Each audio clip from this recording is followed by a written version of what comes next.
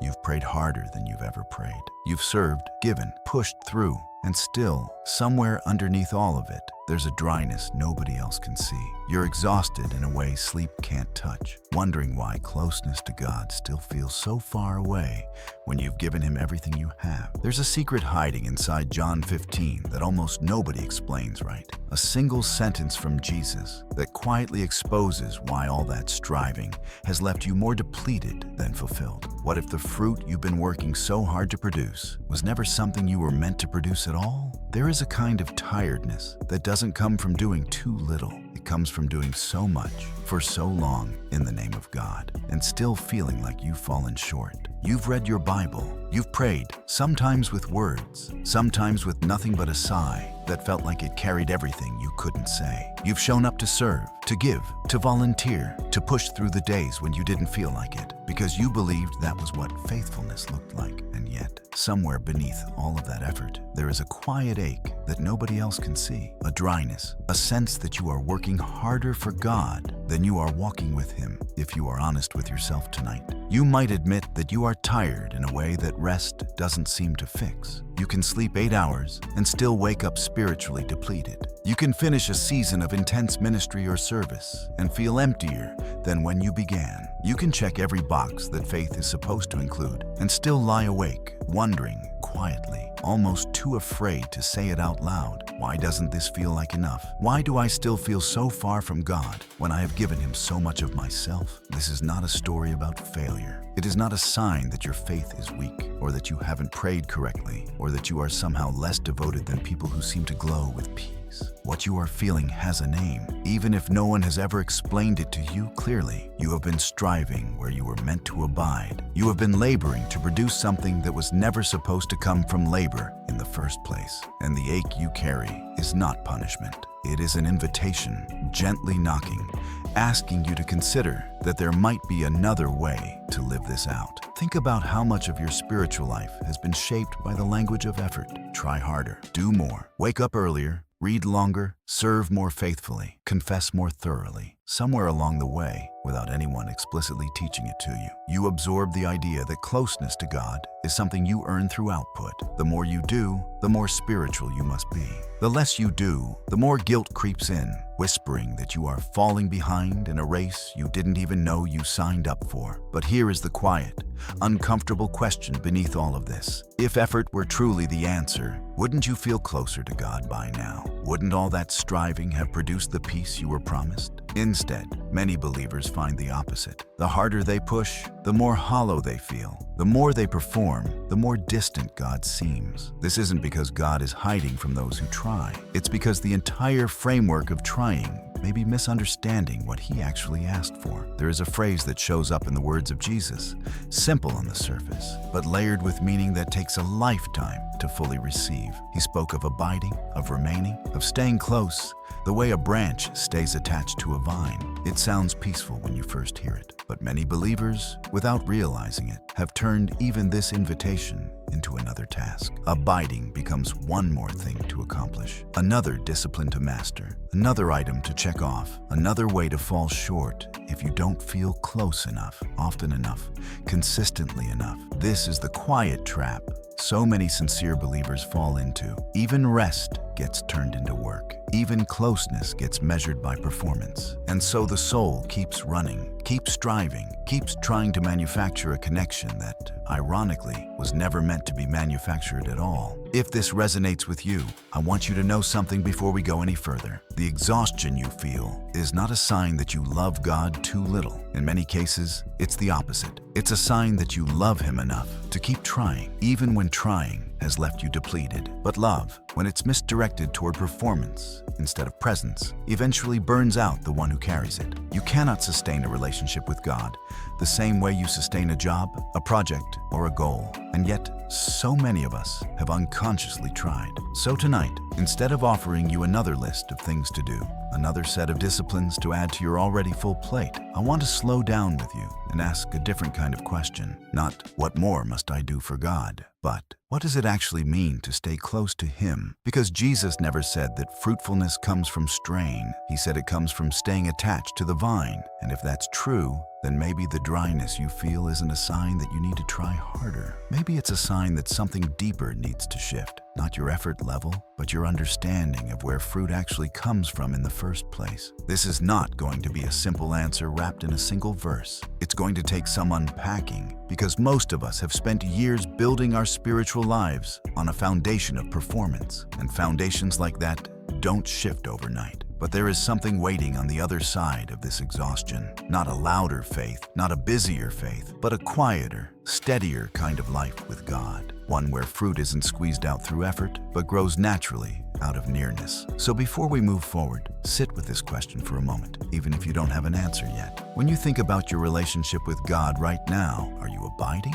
or are you striving? Are you resting in connection or are you laboring for approval? Hold that question gently. Don't rush to answer it. Because what we're about to explore together may completely change the way you understand what it means to bear fruit, and more importantly, what it means to simply stay close to the one who has been waiting for your nearness all along. There is a misunderstanding so common among sincere believers that most never even notice it's there. It hides inside good intentions. It dresses itself up as devotion, and because it sounds so close to the truth, it rarely gets questioned. The misunderstanding is this: treating abiding as another task to perform rather than a relationship to rest in. Think about how you've approached your own walk with God. If abiding feels distant, the instinct is often to add more. Add another devotional, add another accountability check-in, add another hour of prayer, another fast, another act of service. Somewhere inside, there's a quiet belief that closeness to God works the same way closeness to a goal works. That if you simply apply enough consistent effort,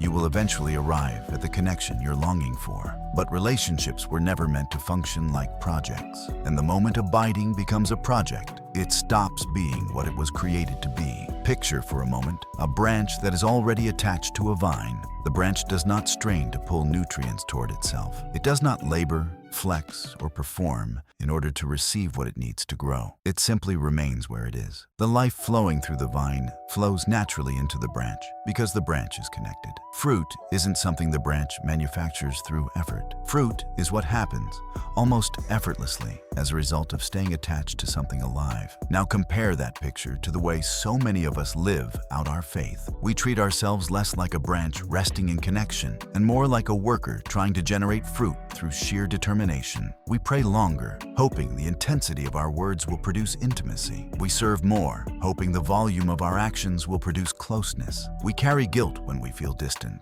assuming distance is something only effort can repair.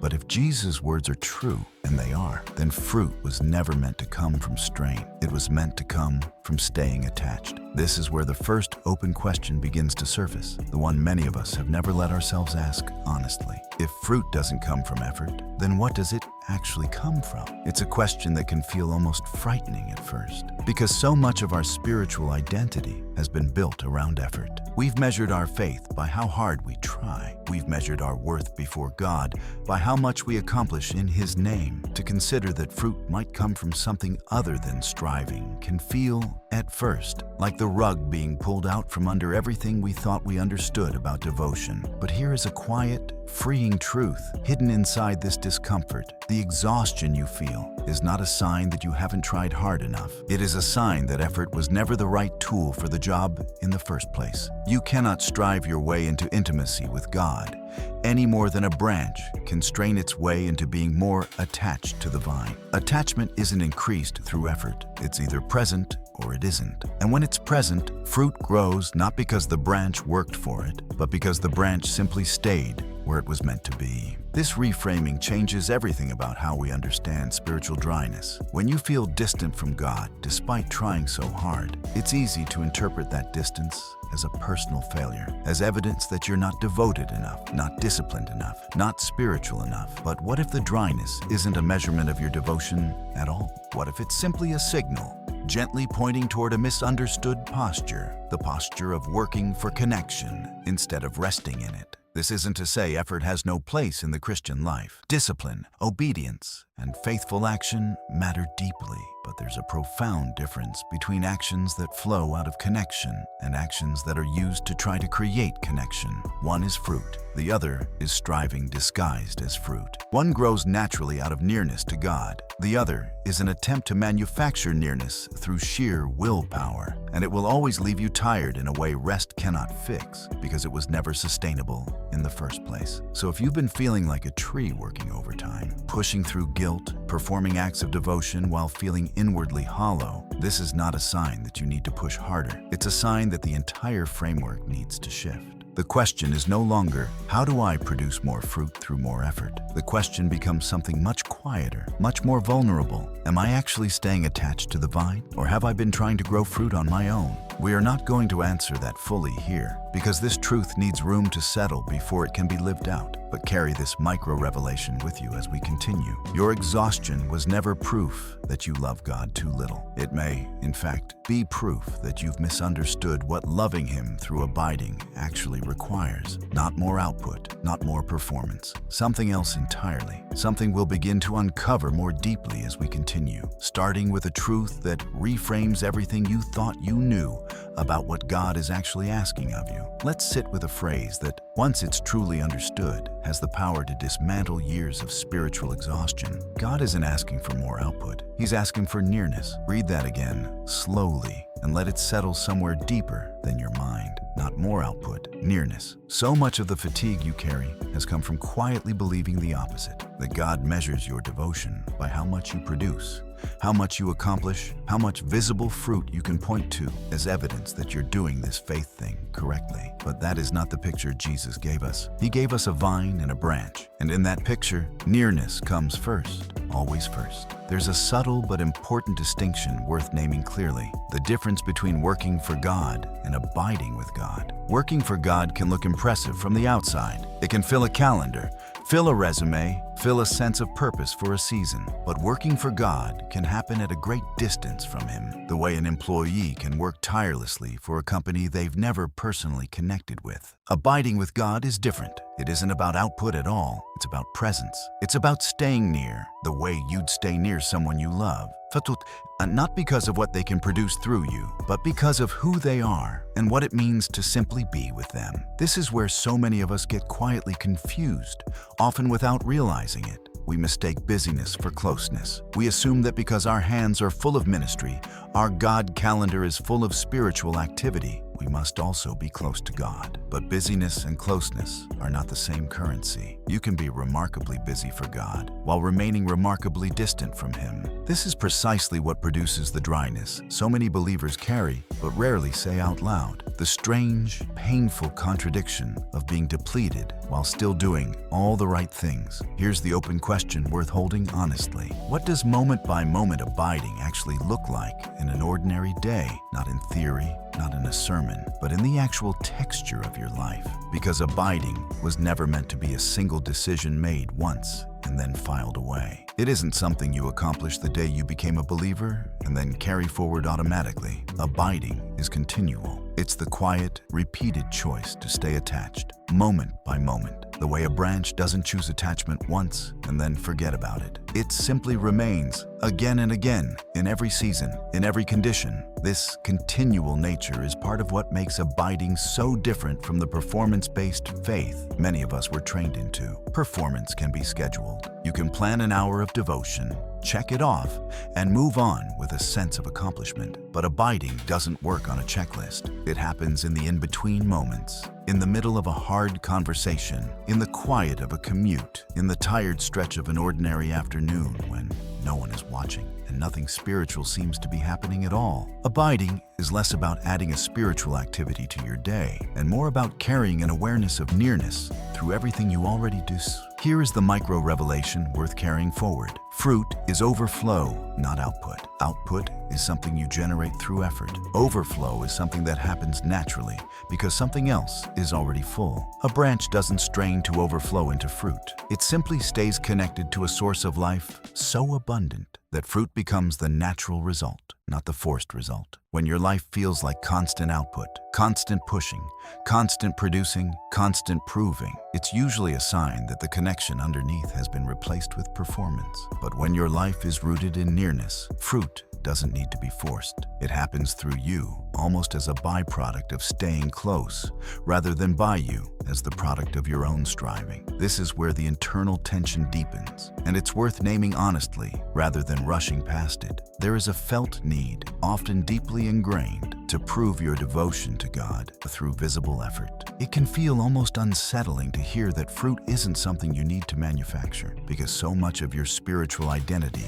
may have been built around proving yourself worthy of love through what you do. But the truth running underneath John 15 quietly dismantles that need. You were never asked to prove your devotion through output. You were invited into a relationship where devotion is expressed through staying, through remaining close, even in the seasons when you have nothing impressive to offer. If you've spent years believing that closeness to God is something you achieve through relentless effort, this shift may feel disorienting at first. It's natural to wonder, even resist a little. But doesn't faithfulness require effort? Doesn't obedience matter? Of course it does. But effort flowing out of nearness looks entirely different from effort used to try to create nearness. One is the fruit of connection. The other is exhausting because it's attempting to do the work that only true attachment can do. So as we continue moving forward together, hold this gently. The dryness you feel isn't a call to try harder. It's an invitation to ask a quieter, more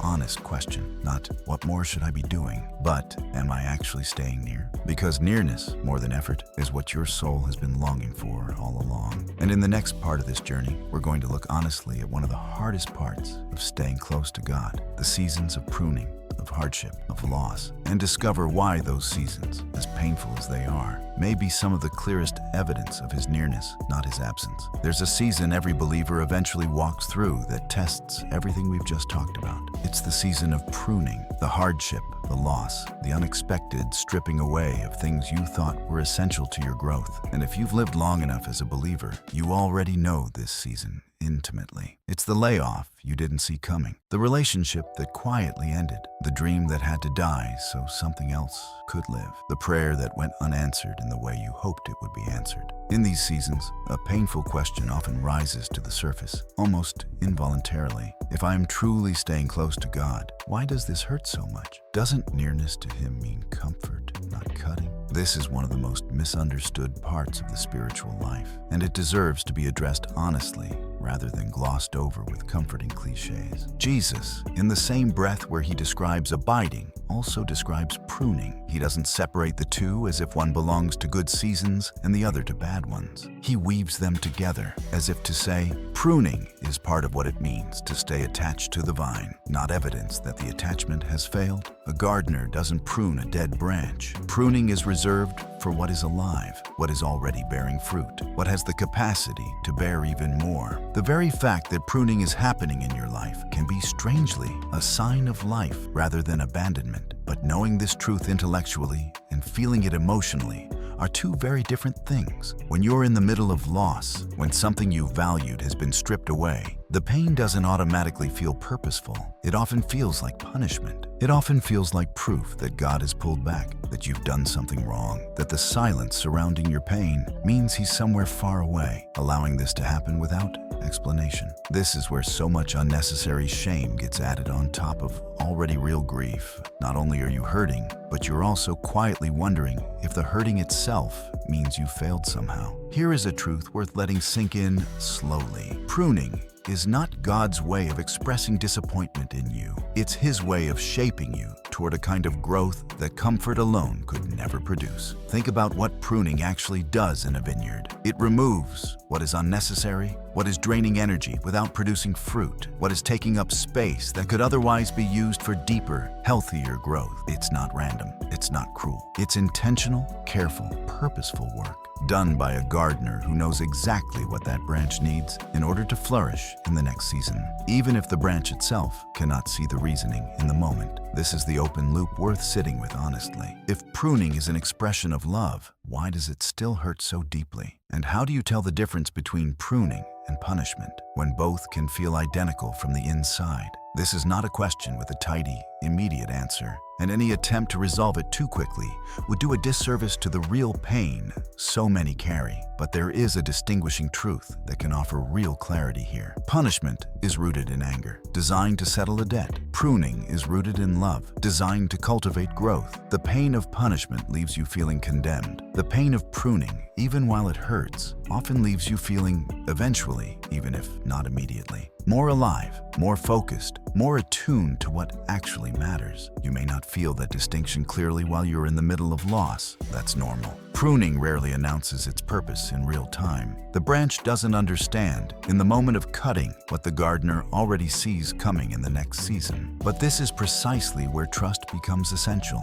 Not blind trust that ignores the pain, but informed trust that knows the character of the gardener doing the cutting. You're not abiding with a distant, indifferent force. You're abiding with someone who has already proven again and again throughout Scripture and throughout your own life that his intentions towards you are for growth, not destruction. Here is the micro-revelation worth carrying forward from this part of the journey. The pain of pruning is not evidence of distance from God. It's evidence of being cared for by Him. This reframes suffering in a way that doesn't erase its weight, but does relocate its meaning. You are not being pruned because you strayed too far from the vine. You are being pruned because you are still attached to it, because there is still fruit being shaped in you that requires this kind of careful, sometimes painful removal of what no longer serves your growth. This doesn't mean every hardship in your life has a clear, identifiable spiritual purpose you'll be able to name in the moment. Some pain is simply pain, and sitting with mystery is part of what faith requires. But what we can hold on to,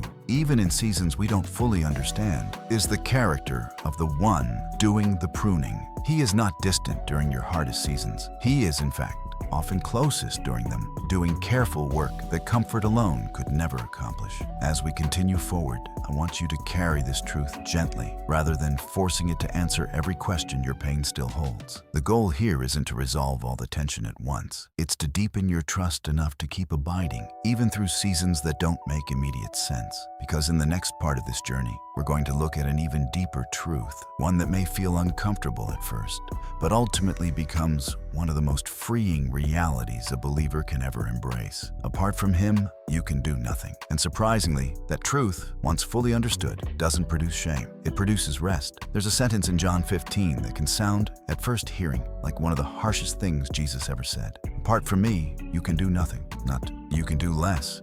Not you can do it, but with greater difficulty. Nothing. For a soul that has spent years building its identity around effort, around accomplishment, around proving its worth through what it produces, a statement like this can feel almost insulting. Surely there's something I can do on my own. Surely my willpower, my discipline, my good intentions count for something, even apart from constant reliance on God. But Jesus doesn't soften this truth to make it more palatable. He states it plainly, because this truth, fully received, becomes one of the most liberating realities a believer can ever walk in. Here's why this matters so much for the exhaustion we've been unpacking together. So much of your spiritual fatigue has come from quietly believing the opposite of this verse, believing that you can, in fact, do something meaningful apart from abiding. That if you just try hard enough, discipline yourself enough, push through enough resistance, you can produce fruit through sheer willpower, even if your connection to the vine is weak. This belief, even when it's not consciously articulated, drives an enormous amount of unnecessary striving. And it's precisely this belief that Jesus is dismantling with 4 simple words. Apart from Him, nothing. Not because you lack talent or intelligence or determination, but because fruit was never designed to be produced through self-reliance in the first place. It was designed to be the natural overflow of attachment to a life source outside of yourself. Trying to produce spiritual fruit apart from abiding is like trying to make a branch grow apples by sheer force of will after it's been cut off from the tree. No amount of effort can replace what only attachment can provide. At first, this truth can feel humbling in an uncomfortable way. It can feel like it's stripping away your sense of agency, your sense of contribution, your sense of being capable. but sit with it a little longer, and something shifts. This truth isn't meant to shame you, it's meant to free you. Because if fruit truly depended on your own strength, your own consistency, your own ability to never run dry, the weight of that responsibility would be unbearable. You would spend your entire life anxiously monitoring your own performance, terrified that one weak season, one dry stretch, one failure to do enough might mean the fruit stops growing altogether. But that's not the framework Jesus gives us. The responsibility was never meant to rest on your shoulders alone. It rests on the strength of the vine, not the effort of the branch. This is what makes the truth so freeing once it's fully received. It relocates the burden of fruitfulness off of you and onto Christ's sufficiency. You are not the source. You were never meant to be the source. You are the branch, designed to receive, not to generate. This brings us to an open question worth holding honestly. If striving isn't the answer, what does the soul actually do with all that built-up energy, that longing to contribute, that instinct to act? It's a fair question because abiding isn't passivity in the sense of doing nothing at all. It's not an excuse to disengage from life or stop showing up where you're needed, but it does redirect where your energy is primarily invested. Instead of pouring your energy into producing fruit through effort, your energy becomes primarily invested in staying near the source, in listening, in remaining, in receiving what only He can provide. This is where another piece of the puzzle becomes essential. God's voice and His Word are the nourishment your soul has actually been starving for, even while you are filling your schedule with spiritual activity. Think about what nourishes a branch. It isn't effort. It's the steady flow of a life moving from the vine into the branch, quiet and continuous. In the same way, your soul isn't nourished primarily by how much you do for God, but by how much you receive from Him, through His Word, through His presence, through the quiet attentiveness of simply listening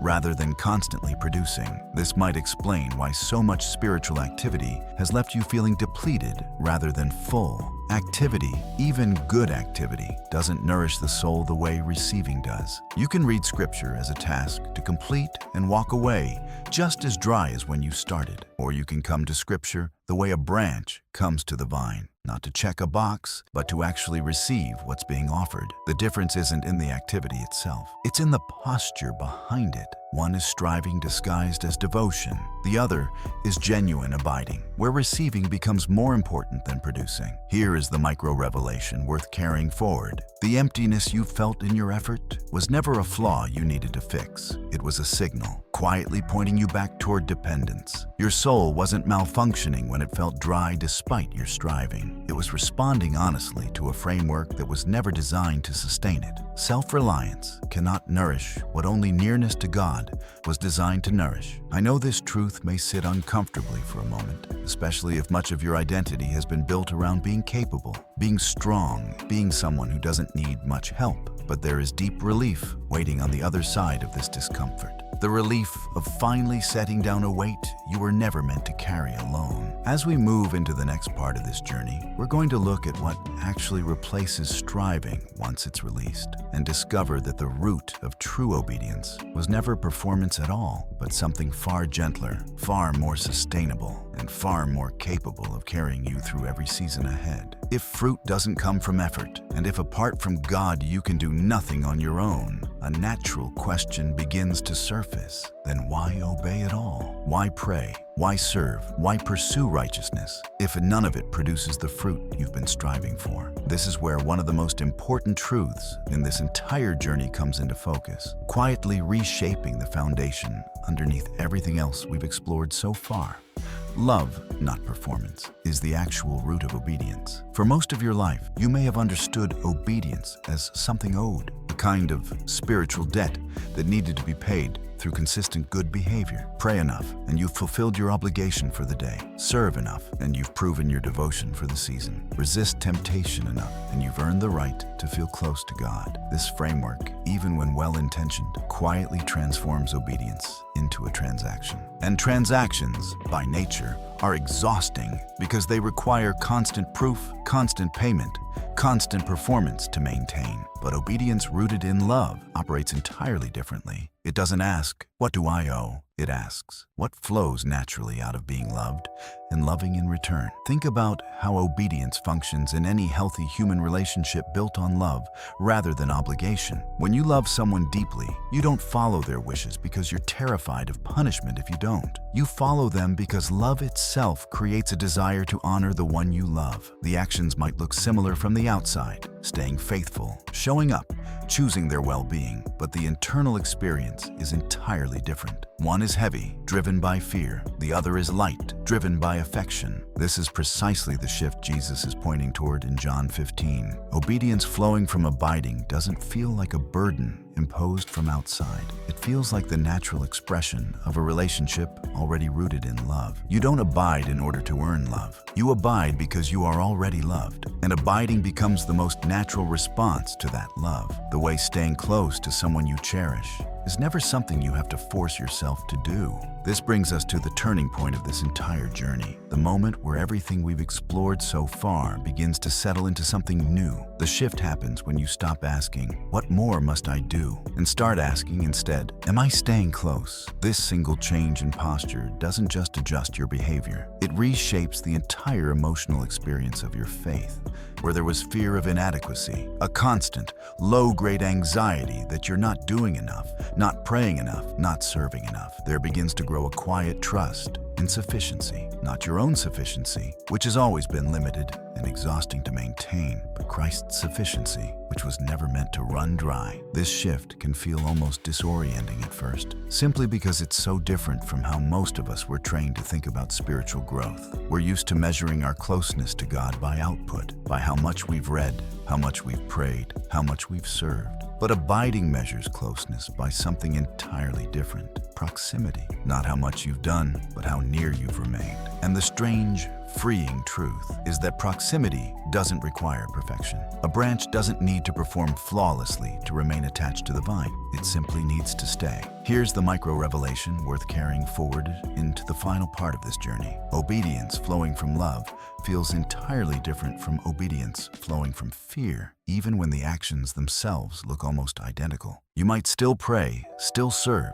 still pursue righteousness in many of the same ways you did before, but the internal experience shifts from heaviness to lightness, from obligation to desire, from striving to rest. The same actions, rooted in a different posture, no longer drain you the way they once did, because they're no longer attempts to earn something you already have. This is the clarity that's been slowly building throughout this entire journey, piece by piece, layer by layer. You were never asked to manufacture fruit through relentless effort. You were never asked to prove your worth through constant output. You were invited simply to stay close, to abide, moment by moment, in a love that was already secured before you ever tried to earn it. The exhaustion you carried for so long wasn't a sign that you weren't trying hard enough. It was a sign that trying was never the right framework to begin with. As we move into the final part of this journey together, I want you to hold this truth gently. The shift you've been longing for isn't going to come from adding one more discipline,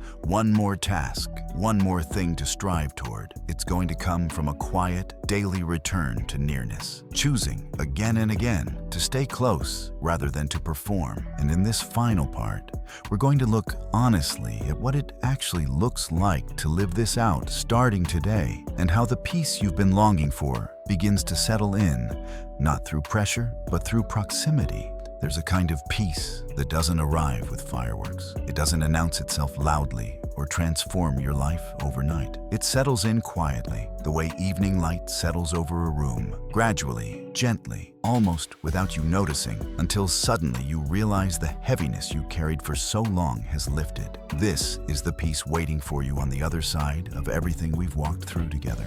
Not the peace of having finally done enough, but the peace of finally understanding that you were never meant to carry the weight of fruitfulness on your own shoulders in the first place. Let's return one final time to the question that opened this journey. What does it actually mean to abide? And why does fruit keep feeling so far away despite genuine effort? By now, the answer has begun to take shape, not as a formula, but as a posture. Fruit was never meant to be produced through striving. It was always meant to be the natural overflow of staying connected to the one who produces it. You were never the source. You were the branch, and a branch was never created to labor for life, only to remain where life is already flowing freely toward it. This is the truth I want to leave settled deep within you. You were never meant to produce fruit. You were meant to stay connected to the one who does. Read that again, slowly, and let it replace whatever exhausted framework you've been carrying. Every striving prayer, every guilt-driven act of service, every sleepless night spent wondering if you were doing enough, all of it can finally be set down. Not because effort doesn't matter, but because effort was never the engine behind true spiritual growth. Nearness was. It always was. Think back to where you began this journey. The quiet exhaustion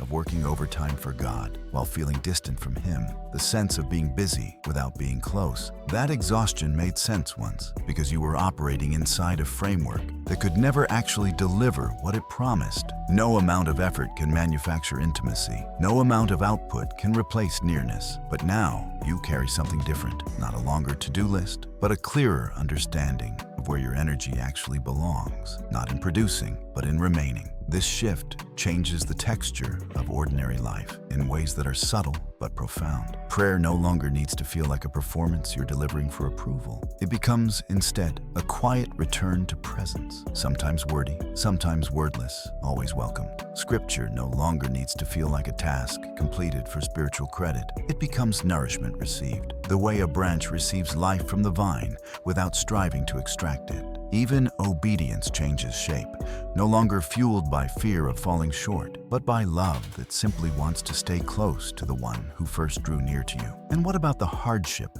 the pruning, the seasons that once felt like evidence of God's absence? You now carry a different lens for those moments too. Pain in this life will still come. Pruning is still part of growth, and growth is still sometimes uncomfortable. But you no longer have to interpret every season of difficulty as proof that you've drifted from God. You can hold your hardship with a steadier hand, trusting the character of the gardener doing the careful work, even when you can't yet see what that work is producing. Perhaps the most freeing part of this entire journey is this: apart from Him, you can do nothing, and that's no longer a source of shame, but a source of rest. You don't have to carry the impossible weight of generating your own spiritual life through sheer determination.